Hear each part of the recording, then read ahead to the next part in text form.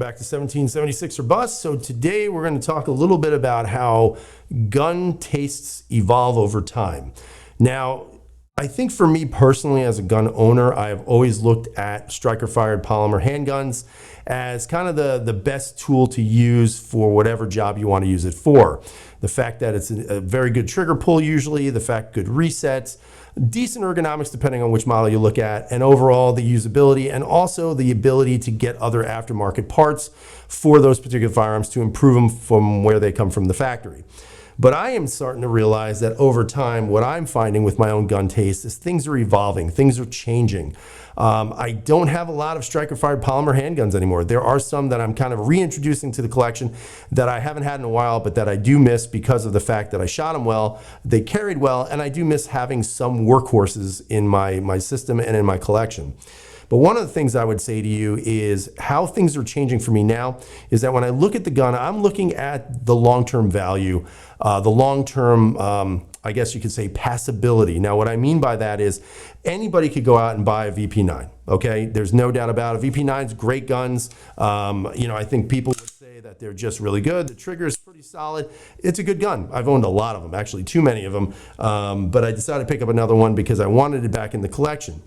But honestly, one gun that I just can't ever seem to get rid of is going to be one of these. Like, for example, this is the P01.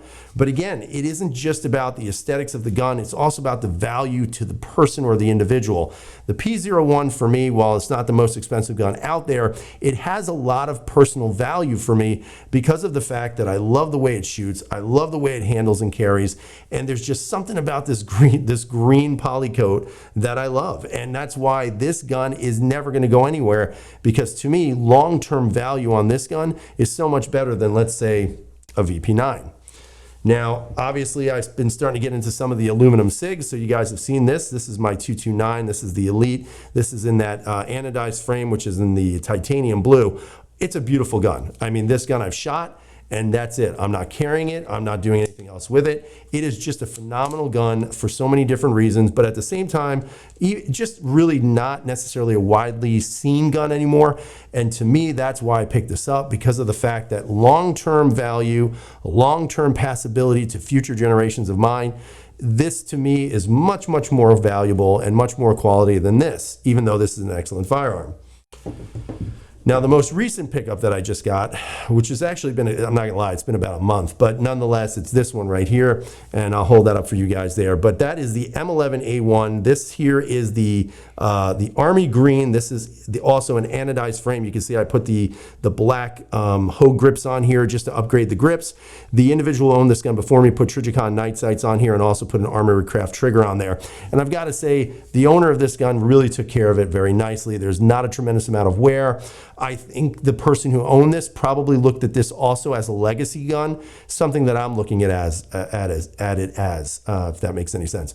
But one of the things I would say is this is a gun that I definitely would want to pass down. Why? Because of the fact that it is rare. These are not widely seen anymore. This particular individual who sold me this gun, this was actually owned by his late wife who passed away. And the only thing he was concerned about if it was going to be going to a gun person, someone who appreciates guns, somebody who appreciates the value and the long-term life of these firearms. And I explained who I was and what I kind of do on the side. And he was like, that's awesome. So I wound up buying it and I got a good price on it. But this again is a gun that I'm going to take care of. This is a gun that isn't going to be seeing a lot of rounds getting through it.